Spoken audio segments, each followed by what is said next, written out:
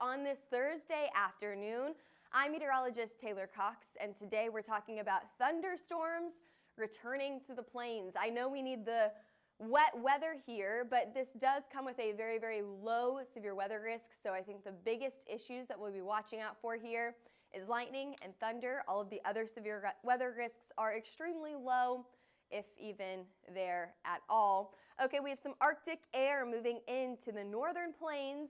And hey, it's cold, it's December, it's going to be cold, but actually temperatures are likely to stay above average for a good portion of the U.S. through the rest of December. And we'll talk about that here in just a few minutes. But let's take a look at what we saw yesterday, maybe some high wind. I actually think that we had, Matt, you may be able to tell me, 2-star, right, for the wind that we had yesterday. Across the southeast and then some of the east coast. So yes, we had a little bit of high wind yesterday. You can see that map at hailtrace.com. But let's take a look at those rainfall totals as those storms traveled up the northeast. We talked about not only this rain, but also the melting snow across the New England states. So that caused a flood issue for some of these northern New England states. Thankfully, I didn't see too much reporting of flooding. However, I wouldn't be surprised if we got some localized flooding in some of these areas. Now, your 24-hour snowfall totals are really, really impressive across New York, across the northern side of Michigan as well. A lot of people getting those really high snowfall totals. Now, Rapid City, maybe just a few flurries yesterday, but I think what we're watching for today is once again that lake effect snow. That's one of the things that we're really going to have to keep an eye on today. Now, we had a cold blast yesterday. Today, we are watching for still some colder temperatures up to the north, but we've got a little bit warmer down to the south, a little bit warmer out to the west as well. Cold front coming through the northern side of the state this morning here in Oklahoma. Warm front through places like Missouri, and then we've got a little boundary hanging out to the west here. We've got another cold front off to the east as well, probably ushering in not only that cold air, but as this flow continues to track from the west to the east, we're going to see all of this moisture moving off of the lakes, dumping snow in some of these areas like just to the west of Toronto, on the western side of New York as well, just over and over and over. So we do have some weather advisories for you today. We have a winter storm warning for the northern portion of Michigan. Again, what we're watching for here is that lake effect snow. Winter weather advisory as you go a little bit farther inland, but we do have a lake effect snow warning highlighted in teal for several areas across the East Coast, or across our New England states rather. And then we also have a wind advisory for portions of Pennsylvania. So that's what we're watching for today on the East Coast. Heading out to the west, in the upper elevations in the mountainous regions, we could see an additional 1 to 4 inches of snow in this area. So once again, a winter weather advisory is there issued for all that snow that they're going to get today. Actually, keep your eyes on the west coast as I play forward this radar loop here. Over the next 24 hours, you can start to see, I'm going to wait for this to go a little bit farther. There we go. Okay. You see this big loop out on the west coast? This is going to usher in all of this wet, all this moisture into the west coast here. And what that's going to do is it's going to bring us heavy downpours, a low flooding risk for the northern side of California. And then as this goes into the upper elevations, we're going to continue to see that snow as we head into the end of the work week and early this weekend. So we will see a flood risk out to the west. I'm not going to talk about that too much, but I did want you to notice that we have a lot of activity on the west coast. Now, taking a look at your future radar for the central portion of the U.S. All right, we've been talking about rain returning to Oklahoma, Texas, Kansas, Nebraska, and then just to the east along the Mississippi River by Saturday. Now, what are we talking about in terms of rain here? Well, we're not likely to see those severe storms, but storms are possible. And we'll talk about that here in just a few minutes. Snowfall totals, as I mentioned, a little bit more impressive right along the lakes up here. However, we could see some light snow in this band that I've actually seen this morning in the Midwest, okay? The Midwest to Ohio, all the way to Pennsylvania.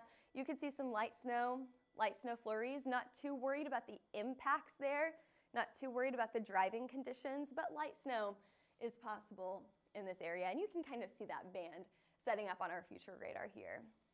Lake effect snow, can I say that word one more time?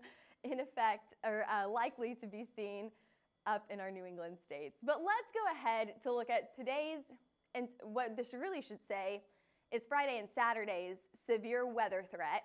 Very, very low. That's the big headline here. We're going to get rain without the risk, which is what we need here in Oklahoma. We need that moisture, but it doesn't come with that severe weather risk. So we're not expecting hail. We're not expecting wind from this. I know. Very, very low risk from tornadoes, from that tornado risk, very low high wind risk, very low large hail risk, very low flooding risk. What we're probably seeing from this is some light drizzle every now and then, a strike of lightning, a crack of thunder, but for the most part, this is going to be not terribly impressive. Maybe a little bit more impressive. I'm sure you saw some more of those yellows and reds start to mix in as this gets a little bit closer to the Mississippi River. Okay, that's whenever we could start to see some heavier rainfall, some of those higher rainfall totals, and go up to the north here. Look at Iowa getting some rain, maybe even a wintry mix of rain and snow. So, future temperatures here. This is going to be a big headline in the next 24 to 48 hours.